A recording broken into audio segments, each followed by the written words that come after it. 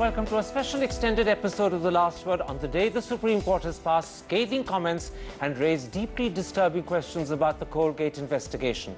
It's not an exaggeration to say that the concerns raised by the court not only appear to indict the CBI, but the Attorney General, the Law Minister and the PMO. And so the key question is the Supreme Court also pointing a finger of responsibility, even if indirectly, at the Prime Minister himself? My guests are former Solicitor General Harish Salve, former Cabinet Secretary TSR Subramanian, former Defence Secretary Ajay Prasad, the editor of The Hindu Siddharth Varadarajan, and Times of India and Telegraph columnist Swapan Das Gupta. Harish Salve, let me start by quoting two things that the Supreme Court said today. First, contradicting what the CBI had earlier told them, they said that the heart of the report was changed at the instance of government officials. And then secondly, and I believe this was perhaps part of their written order, they said the Law Minister had made substantial changes, so too the Joint Secretaries. Concentrating first on the Law Minister, have these two comments made his position untenable? Well, three things, Karan. The nonsense which was being spoken about the CBI being part of the government and the Law Minister having a lawyer-client relationship about CBI. I don't know why all these comments are made outside, but nobody has the courage to get up and argue this in Supreme Court. Because they know if they get up and say stuff like this, they'll get a further dressing down from the court. I think the position of the CBI chief and the Law Minister is now thoroughly untenable. Both of them have got it completely wrong. And I don't know how they have managed to go home with a straight face today. The position of everybody now is untenable. Can I stop you there? Everybody who was privy to this entire exercise, and most of all, I think we need to know who authorized these PMO officials. Were they over-enthusiastic bureaucrats, or does the chain of command run higher? I'll come to the officials in a moment's time, but when you say that the Law Minister's position is completely untenable, are you saying that he has lost credibility and standing in the eyes of the Supreme Court, and therefore he must resign? Well, he has lost credibility and standing in the eyes of the court right from day one. It is only reiterated. Whether he should resign or not depends on his moral fabric and the what the government feels about the kind of people who should be in it. Now, the government's position, intimated by sources, is that there is no need for the Law Minister to resign until such time as the Supreme Court comes out with a Coalgate order. That, if it happens, will be about the main Coalgate issue rather than about this specific controversy. And secondly, it won't happen for several weeks, if not months. Is the government right in taking that position, or is that morally improper? I'm willing to assume for a minute that the Supreme Court may find that every coal allocation was right. We are concerned with the independence of an agency like the CBI, which has registered a preliminary inquiry report and then goes to the Law Minister to discuss it. Are they following the same standard? Did they go to Jagan Mohan Reddy to discuss their reply on the preliminary report? Or did they go, where they filed status reports, did they go to Mulayam Singh Ji to discuss what affidavit they were going to file in Supreme Court on the preliminary inquiry reported against him? So do you now blame regional parties for saying that the CBI has two standards? So basically what you're saying is that the government's position that there's no need for the Law Minister to resign until the Supreme Court comes out with a formal Coalgate order, that position, in your eyes, is incorrect, indefensible. A quick yes or no to that. It's completely irrelevant to this controversy. As a journalist, as a newspaper editor, do you believe the time has come when it is unacceptable for a Law Minister to have been so scathingly indicted by the Supreme Court to continue in office? Or do you think, politically speaking, until there is something in writing, in an order, he can continue? Let's set aside the morality issue, because on moral grounds, Ashwini Kumar ought to have gone earlier, Mr. Bansal ought to go. In political terms, my sense is that actually Ashwini Kumar will be feeling a little bit relieved today, for the simple reason that the harsh words the court has used against officials from the PMO has now made it crystal clear that if Ashwini Kumar is to be sacrificed, why should the process of sacrifice stop at his door? If what he did was wrong, what the PMO officials did was doubly wrong because they are actually a directly but you're not concerned answering my party question. I'll come to the Yeah. PMO officials in a moment's time. First, concentrate on Ashwini Kumar. Even if you don't believe that we should discuss the morality and propriety, what about the politics of retaining a law minister who's been so indicted by the Supreme Court? The government is very clear that they're going to brazen this out. And I'm saying the reason they're going to brazen it out is because they know that you cannot jettison Ashwini Kumar and hope that the matter will end there. Because today what the Supreme Court has said is that the circle of those who have committed a gross impropriety is wider than simply that of the law minister. So the law minister has to be retained because otherwise the prime minister becomes vulnerable. So regardless of the rights and wrongs, expediency requires you keep the man. That's the way to interpret the prime minister's office statement, the PMO sources today, that Ashwini Kumar will stay until such time as there's an actual order. What they're really saying is the PM's defense and the PM's security requires the law minister be retained. Let's approach this matter now through the position and the comments made about the two joint secretaries. And I want to quote to you what the Supreme Court said. They said, what business do two joint secretaries have visiting CBI offices? They are from ministries whose actions are under a scanner. Now, as a former cabinet secretary, is it at all possible that these two gentlemen turned up at the CBI offices of their own volition, or would they have been asked to go there by their boss? And does that mean that Pulak Chatterjee is involved because he gave the instruction or the authorization? Well, I don't know about that. I don't know exactly how it happened. But in an ideal situation, what would have happened? Ideally, clearly, I don't think both the gentlemen, Mr. Shatrughan Sinha and Bhalla, I don't think they are directly involved personally in the allocation. So they were sent? So, wait a minute. Clearly, they have not gone on any personal errand there. I mean, on the face of it. They have gone on behalf of the PMO, respectively, and the coal ministry. And the ministry has a secretary, and the ministry has a minister. So, in other words, it is not a personal visit. It is an official visit. So, an official visit means it is a ministry visit. It could be, for example, in government, anybody from under secretary to secretary is Government of India. And therefore, it's a Government of India meeting with the CBI of the ministry concerned. Now, let me be a little forensic with you, because I'm actually trying to establish for the audience where the levels of responsibility lie and where the finger points. When two joint secretaries from the coal ministry and the PMO go, would they have sought authorization from their secretaries? And I mean in particular the PMO secretary Pulak Chatterjee. Well, I don't know, as I said, would they have reported back to him? Normal procedure would be that any meeting attended by any officer at any level, he has to report the subject of the meeting, the venue of the meeting, and not in great detail the substance of the meeting. Either if it is an insignificant meeting orally, it's a more important formal meeting in writing. I take it this was considered important and would be clearly, I don't think anybody would have taken this kind of a meeting with less than utmost seriousness. Which means that even if Pulak Chatterjee had not been informed that a joint secretary... names. I don't know who. But I am, on purpose. Even if Pulak Chatterjee had not been informed by Mr. Sinha that he was going to the meeting before the meeting, clearly Mr. Sinha would have reported back orally or in writing afterwards, and therefore afterwards Pulak Chatterjee would have known what had happened. I would go one step. I would go one step backward. That clearly these two officers would have been designated by the ministry to be in continuous touch as the matter evolves, and that would have been decided at a fairly high level. I want to bring you in at this point, Mr. Ajay Prasad. You too are a very former senior secretary to the Government of India. In fact, you were Defence Secretary. Would Pulak Chatterjee, who heads the PMO, have briefed the Prime Minister about this meeting?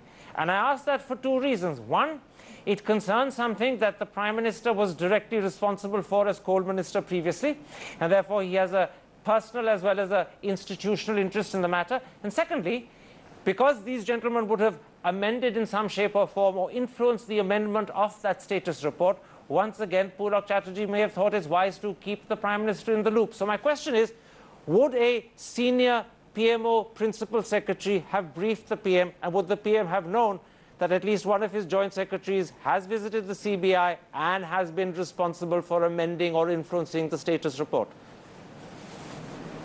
You know, Karan, this is something we will never know for a certainty. But in all likelihood, Mr. Sinha or Mr. Bhalla from the PMO and the Coal Ministry respectively would have been directed by a higher functionary to attend these meetings. And I presume that after this meeting, they would have certainly reported back. And now whether, this report went to the Principal Secretary and then he further briefed the Prime Minister or not. Now this is something, we really cannot conjecture on. Let me put it like this. If you had been the Principal Secretary and the PMO, would you have thought, given the circumstances and the Prime Minister's personal connection with the issue, that it was wise to brief the PM? It's a hypothetical question, but yes, I presume in all probability I would have felt it necessary. That's a pretty clear answer. Given what we've just established through a certain forensic route of questioning, conjecture. Established in the sense that this will be... Just a moment. Established in the sense that legally this is conjecture. Established in the sense that this will be a sensible course of action for sensible, cautious civil servants to have taken. How much of the finger of responsibility is pointing in the direction of the PM? Almost entirely. Almost entirely. Because apart from the fact that he headed the coal ministry at that particular time, and therefore was the subject of scrutiny, the principal subject of scrutiny, almost all the others, whether you look at it, the law minister is a subordinate minister who may have undertaken the responsibility of managing the whole thing, which is what some people are claiming unofficially. So at every point, there has to be a tacit nod of approval given to him. Whether the PM, whether Mr. Chatterjee, who's the principal secretary to the Prime Minister, reported back to Manmohan Singh or not is something which is a matter of conjecture. We do not know that. But the buck stops somewhere. So if you look at the chain of command, and which you very well established forensically, it's there. Now the question really, I think, we've got to look at it in terms of responsibility. And I think the Supreme Court has been as categorical as possible about where they see the responsibility. And it's actually a matter of the English language. It's like someone saying, you're unwelcome. And you instead interpret and say, but they haven't told us to get out. In other words, subtlety of language has taken over. The subtlety, in the Supreme Court, the judges were circumspect in the use of the language. They used understatement. And if someone chooses brazenness and you want hyperbolic statements, you're not going to get it. You're not going to get it. Let me bring you in at this point, Harish Salve, because you were making a particular point about the indictment of the two joint secretaries and the implications of that indictment. And I want to put this to you. Not only was the Prime Minister personally and very intimately connected to the two joint secretaries. He was coal minister in one capacity earlier on. He is the head of the PMO at the moment as far as the other joint secretaries concerned. But the CBI, which has also been roundly indicted today, comes directly under him through the Department of Personnel. So I want to broaden that and say, if you bear together all the comments made by the Supreme Court today about the joint secretaries, about the CBI in particular, and whatever they've suggested by implication about the law minister, who is also very close to him, how large are the question marks that have been created about the Prime Minister himself? How large is the implied, and I use that word advisedly, implied criticism of the Prime Minister himself? Karan, this has two answers based on two forensic principles. Let's continue in your drift of giving it a forensic analysis. First of all, constitutionally, if you are heading a government and the highest court has said that the CBI is a caged parrot, I mean, there's huge responsibility on the government to deal with the fallout of such a perception in the highest court. Please, it's very serious. It's a federal force. Today it is investigating Jagan Mohan Reddy, it's investigating politicians in various states. If it is a caged parrot with various masters, you have destroyed the only federal investigating force we have. Point number one. That is a constitutional responsibility. and that goes at the top. Secondly, there is a principle in the law of evidence. It is called common cause of human conduct. Absent evidence, you are entitled to assume that common course of human conduct would have followed. If these two joint secretaries were not personally involved in worrying about what was on the report against them, and as we have had two eminent former civil servants who tell you, in the common course of human conduct, they would have reported to somebody above them. Well, it's a fair inference that it was reported above them, unless proved to the contrary. In which case, the conclusion, and it is only a tentative conjectured one, but it is also for some perhaps an unavoidable one, is that the PM knew, that the PM was aware of what they had done, that the PM was aware that their advice had been accepted by the CBI, and to that extent the status report changed. And yet, his law officers, presumably in the name of his government, lied to the Supreme Court. Yeah. I mean, where does that leave the PM? Well, it leaves him in not a very happy place. What's surprising, though, is that the Supreme Court, the first order of attack really should have been the AG and the ASG for having misled the court.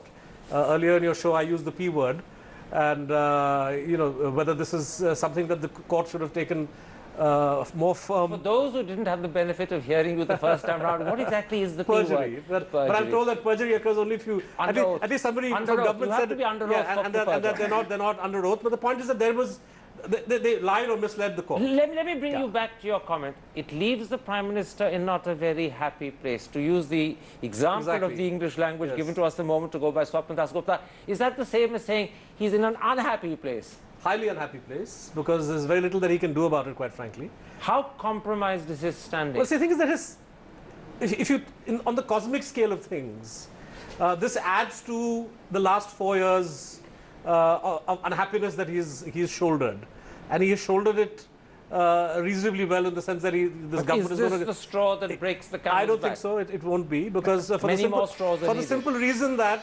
the other camels out there, or the other straws out there, don't want, I mean, they want this agony to be prolonged till the elections. Do you want to answer that call in case it's the PM ringing for a bit of advice from a former cabinet secretary? I have already had 2 calls saying private, so I don't know who is calling. All right. Let me put it like this.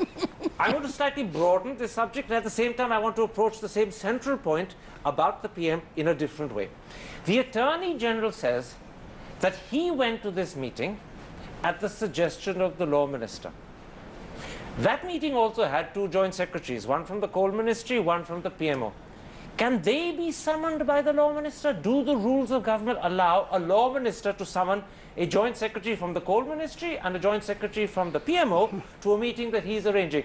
Law officers can be summoned because he's their boss. But what about joint secretaries in other people's ministries? Karul, you asked a very interesting question, because it is well known in official circles that in cases of political importance, the CBI is consulted, or CBI consults government, and government takes a lot of interest. To be polite, I use the word interest in the progress of these matters. But it's a little, normally this is done fairly informally. Normally it is done quietly by a hint kind of a thing. Not indiscreetly and boldly like this. This is, I think, we have now graduated to, I mean, in other words, if a murder is committed privately, it's a murder. But if you do it in open air, if you do it publicly, then your defense is, I did it in public. But Mr. Subramanian, what about my specific question? Can the Law Minister summon joint secretaries from the Coal Ministry? Technically, no, but number one, I think it is not a question of summoning. I think it is willing participation. Number one. But number one. Can I stop you? It can't be that willing, because they wouldn't have known the meeting was happening unless they'd been invited to it. So I take it an invitation is a summoning. Clearly, invitation is gone. And technically, you're saying technically any minister can call representative. Usually he calls his counterpart, the secretary of the ministry concerned, to send representatives, and very serious matter, they'll ask minister himself to come. I'm stopping you because this is very important.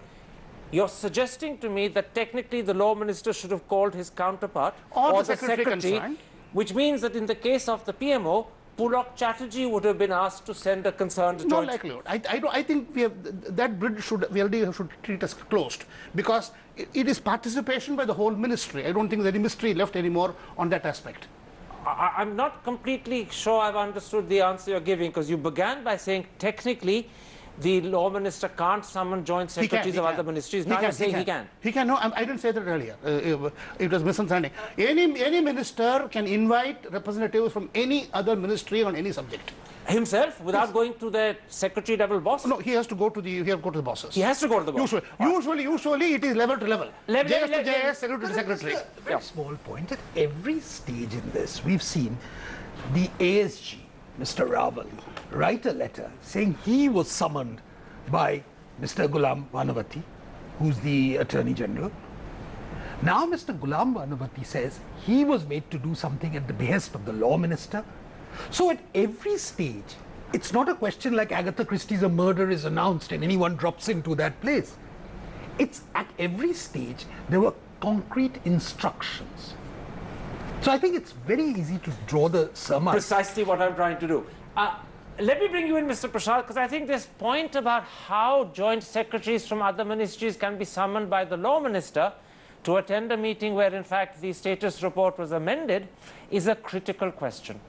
And I want to get you to explain to me how rules of business in government work. Can Ashwini Kumar pick up the phone as law minister and invite directly two joint secretaries, one from the PMO, the other from the coal ministry? Or does he have to go through the respective secretary level bosses in those two ministries?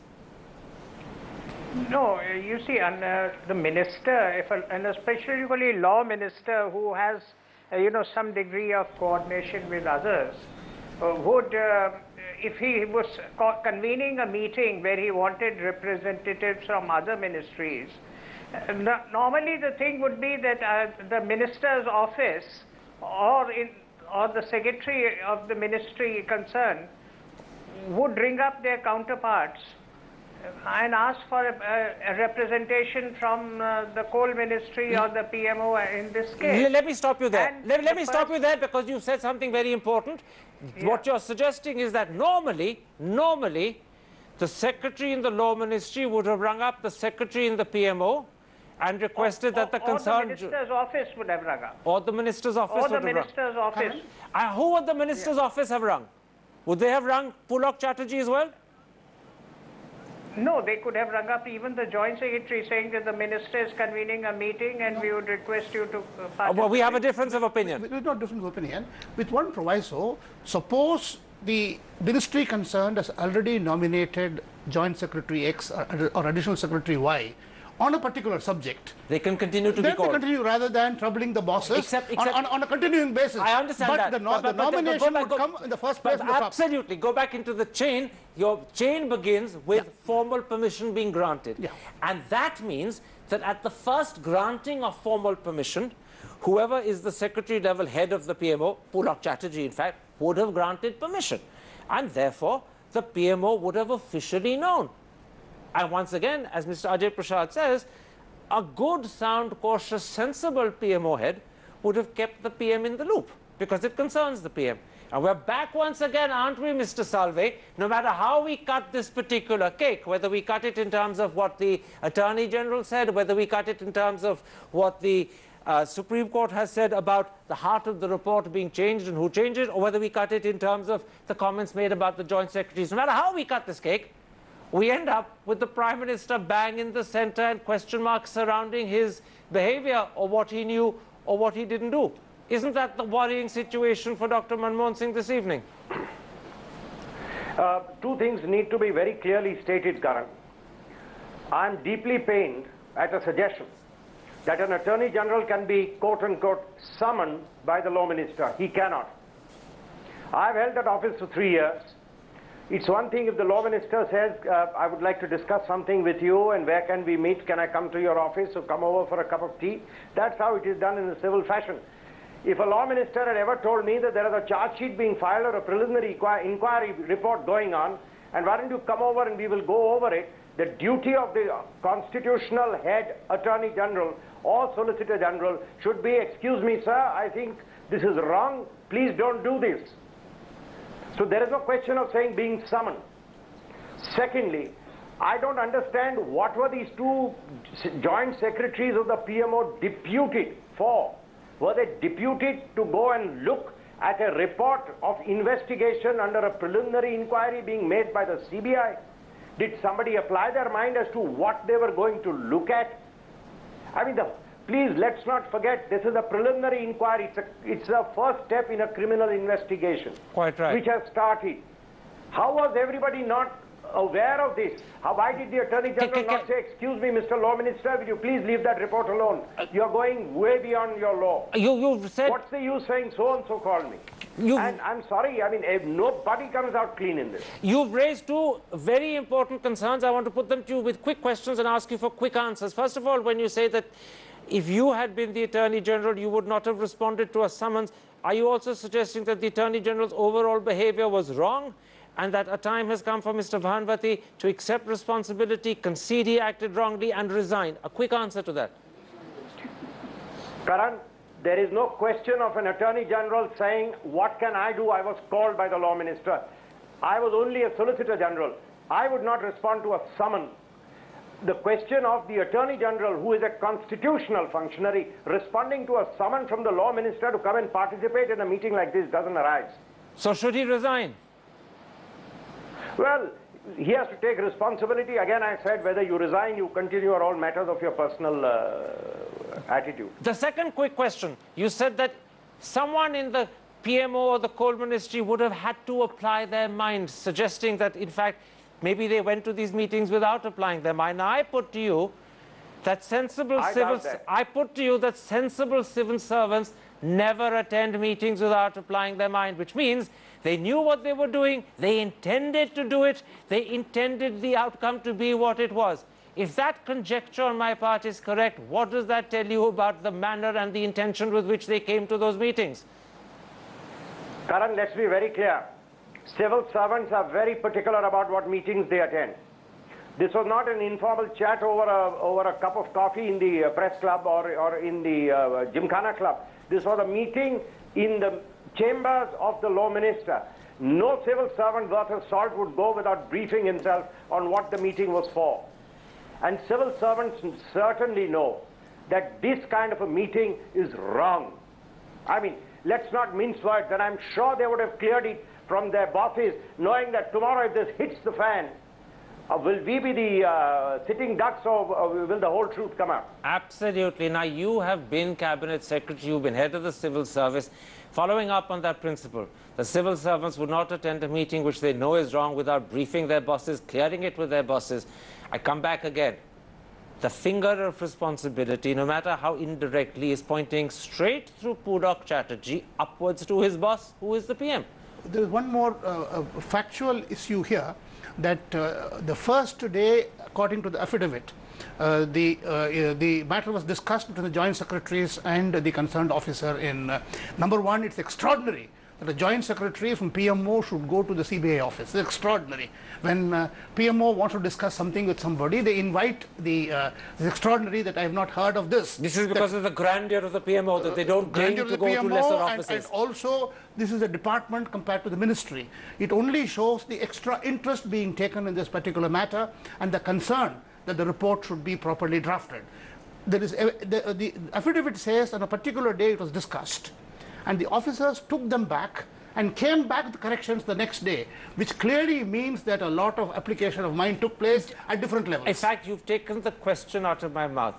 When they took the report back and came back with the corrections the next day, it is to be presumed that they worked out the corrections during the night. Would they have consulted... On their own or consulted wiser heads? Absolutely. What's your answer to that? I said, yes, on their own or wiser heads. No, but what's your answer? And the likelihood is that on a matter like this, people would be reluctant to take responsibility without sharing it at higher levels. Mr. Ajay Prasad, let's not take names. That might be invidious. But when Joint Secretaries go back with a status report which needs to be amended and corrected, and then they come back the next day with the corrections, and it's to be assumed that they consulted wiser heads, would that mean that they would have simply consulted a couple of other Joint Secretaries who are friends to get a friendly opinion from their peers? Or would they have actually gone to their boss right at the top and said, Mr. Pudok Chatterjee, what's your advice? What do you think in an ideal situation that sort of Joint Secretary would do? You know, there's no question of consulting your colleague Joint Secretaries. You would take a proper instruction and approval from your superior authority. Which means Pulak Chatterjee Because, in this instance. Doesn't it? whoever, whether in the coal ministry, it would be the higher officers in the formations in the coal ministry, And PMO. It could be an additional secretary or a secretary, or you know. And operating on the basis of the wise counsel you gave me a moment ago, the secretaries of the PMO and the coal ministry would have, in all likelihood, kept their ministerial bosses in the loop. That would be the wise and sensible thing to do. So what we've established is that in an ideal, well-functioning system, people right up to the top of the chain would have known. Are you suggesting system is functioning well?